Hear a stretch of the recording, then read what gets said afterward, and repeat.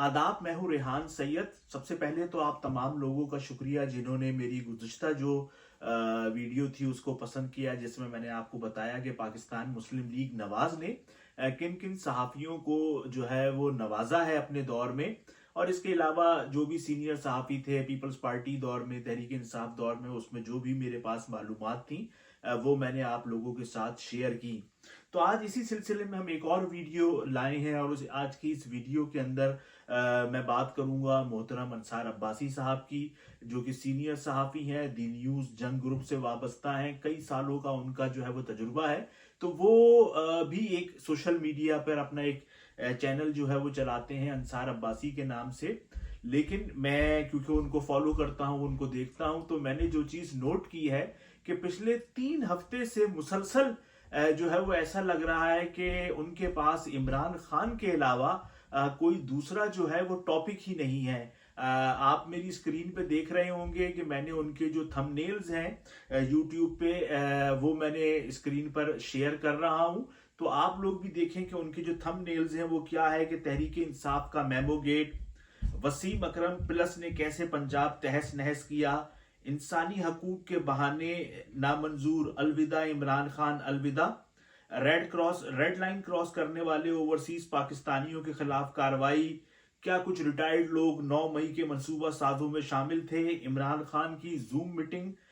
में क्या डिस्कस हुआ, सबसे बड़ा खतरा इमरान खान माइनस। अब आप देखिए ये तमाम चीजें जो है उन्होंने, जो उनके थंबनेल है वो उससे लगता यही है कि उनकी तमाम वीडियोस जो है वो इस किस्म की हैं जिसमें इमरान खान के हवाले से मुस्बत चीजें नहीं, मनफी चीजें ही पर ज्यादा जो है वो बात की गई है। जबकि जो दीगर सहाफियों को अगर हम देखें, जिस तरह रऊफ क्लासरा साहब एक चैनल चलाते हैं, इब्राहिम राजा हैं, और जो दीगर सहाफी हैं उनके भी सोशल मीडिया चैनल्स हैं। तो अगर आप उनके 3 हफ्ते के जो चैनल्स पे आप वीडियोस देखें तो उस पर मुख्तलिफ टॉपिक्स हैं, इमरान खान के हवाले से भी चीज़ें हैं, 9 मई के हवाले से भी चीज़ें हैं, लेकिन जो पाकिस्तान में महंगाई है इस पर भी बात की गई है, कराची के इलेक्शन पर भी बात की गई है, इसके अलावा जो मुल्क में दीगर चीज़ें हो रही हैं उस पर ही बात की गई है जो दीगर सहाफ़ियों के चैनल हैं। लेकिन अंसार अब्बासी साहब एक सीनियर सहाफ़ी हैं, तो उनके चैनल को देखकर जो है ना वो सिर्फ एक ही चीज समझ आती है, जैसे कि वो इमरान खान की मुखालफत में ही बस चीजें जो हैं वो पेश कर रहे हैं, और उसके अलावा उनकी जो चीजें हैं वो कोई और देखने में आ नहीं रही। अगर उनके चैनल पर मैं काफी उनको देखता हूं, उनकी चीजों को फॉलो करता हूं क्योंकि सीनियर सहाफी हैं,